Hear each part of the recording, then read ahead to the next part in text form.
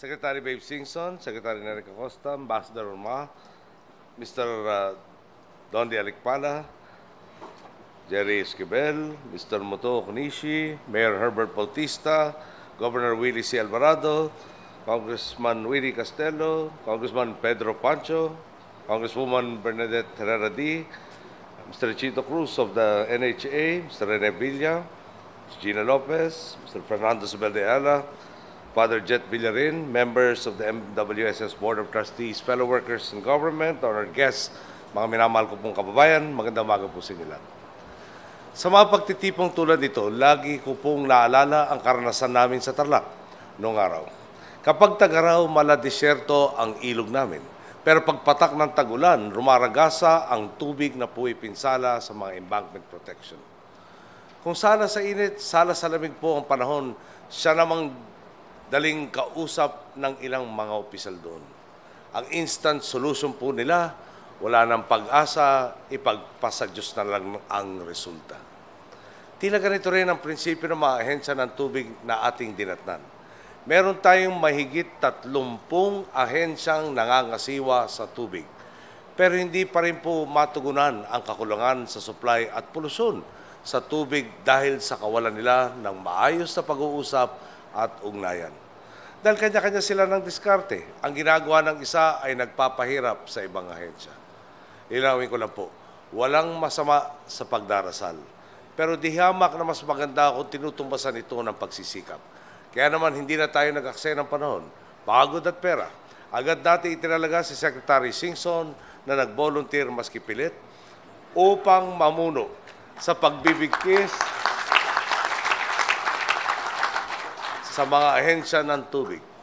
Binuo natin ang Interagency Committee on the Water Sector upang lumikha ng isang master plan para sa mas epektibo at maayos na pangangasiwa sa ating tubig. Bahagi nga po ng master plan na ito ang inilulunsad natin ngayong bagong pasilidad ng Angat Dam. Sa pagpapagawa at pagpatibay ng mga estrukturang ito na hindi basta-basta guguho sa ihip ng hangin o ampias ng ambon. Sinusiguro natin ang maayos na supply ng tubig para sa 15 milyong Pilipino sa Metro Manila, Rizal at Mindanao sa Cavite. Sa pagtapal ng mga taga sa ating mga aqueduct, mapapakinabangan natin ang 394 million liters ng tubig kada araw na dati di nakakaabot sa mga kabahayan. Bukod pa rito, masiserbisyuhan din ito ang karagdagang 6 na milyong Pilipino sa Rizal, Cavite at siyempre Bulacan. Sana may mangiti na si Congressman Pedro Pancho. Nagpapasalamat po tayo sa pondong ipinagkaloob ng bansang China upang maisakatuparan ang mahalagang proyekto ito. Tunay nga pong sa maigting na ugnayan na makakarating na bayan, mas mabilis natin natutugunan ang mga problema at mas napaglilingkuran ang ating mga mamamayan. Kaysa natin ang buong mundo sa isang adikain, isang daigdig kung saan ang bawat individual, bawat komunidad, at bawat bansa ay ginagalang at kinikilalang may likas na dignidad. Balita ko po, sa Marso 2013 pa nakaschedule ang pagtatapos ng proyektong ito. Pero 8 months ahead of schedule po tayo. Di po ito naganap sa isang iglap. Bunga ito na maigting na pagpaplano at mabuting pamamahala. Kaya naman, saludo tayo sa pamumuno ni Chairman Dondi Alikpala at Administrator Jerry Esquivel.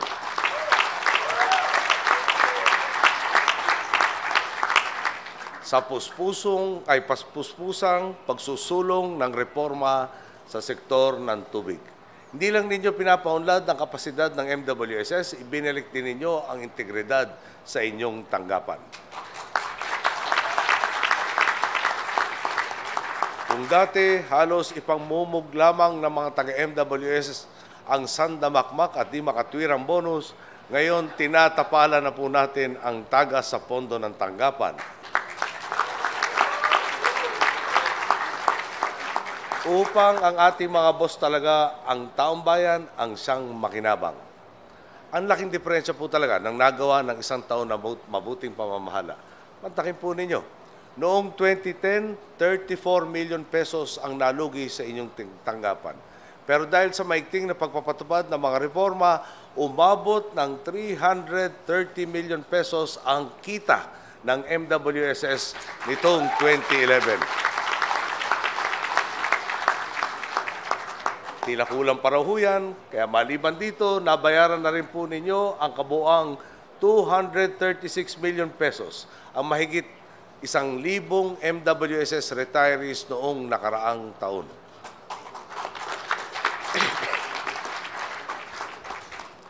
Mula nga po sa inyong kita, 150 million pesos ang ibinahagi ninyong dividendo sa gobyerno na magsisilbing pondo sa ating serbisyo publiko. Total naman po, ang dami niyong ginawang achievement. Susunod na may papakita sa akin yung proposal sa akin, babawasan ko ng 8 months yung timetable niyo. Pero may kapalit naman po yan. Inilapit sa atin ng GCG ang kanilang denial ng inyong request ng aumento. Ibinalik ko po sa kanila. Sabi ko, dapat naman yatang magantipalaan ang mga taong mahusay ang trabaho.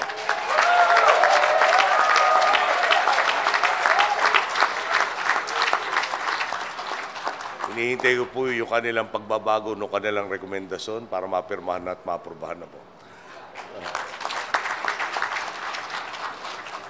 Taong bayan na nga po ang nakatanggap ng bonus mula sa MWSS at DPWH sa mga proyekto nilang walang tagas, tapat at patas.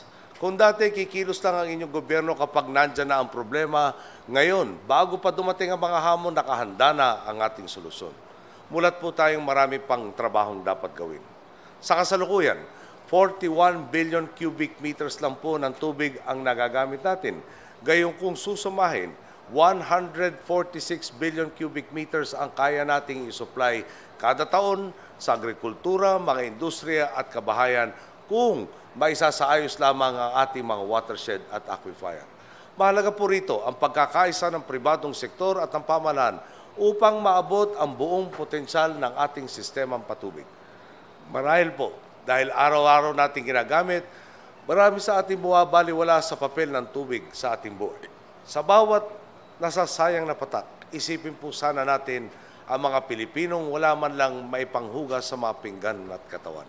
Isipin natin ang mga batang kilometro ang nilalakad makapag-igib lang na mainom sa pinakaliblib na balon. Isipin natin ang mga magsasakang nawawalan ng kabuhayan dahil sa tuyot na sakahan. Narito ang inyong gobyerno upang siguruhin hindi nila ito pagdudusahan pa. Tinitiyak po natin ang pondong mula sa taong bayan ay buwabalik at napapakinabangan ng taong bayan.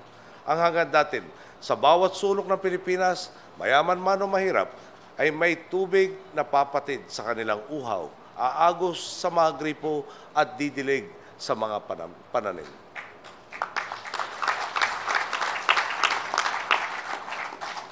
Mahiwaga nga po ang katangian ng tubig. Minsan, isa itong patak na nagbibigay lakas. Minsan na may ragasa itong nagdudulot ng pinsala. Sa pangunguna ng MWSS, DPWH, makatuwang na ahensya, gayon din sa nagkakaisa nating pagbubuhos ng dedikasyon, tiwala at pananagutan sa tuwid na daan, pihadong aagos ang kasaganahan at kaunlaran sa ating bayan. Magandang araw po. Maraming salamat sa lahat.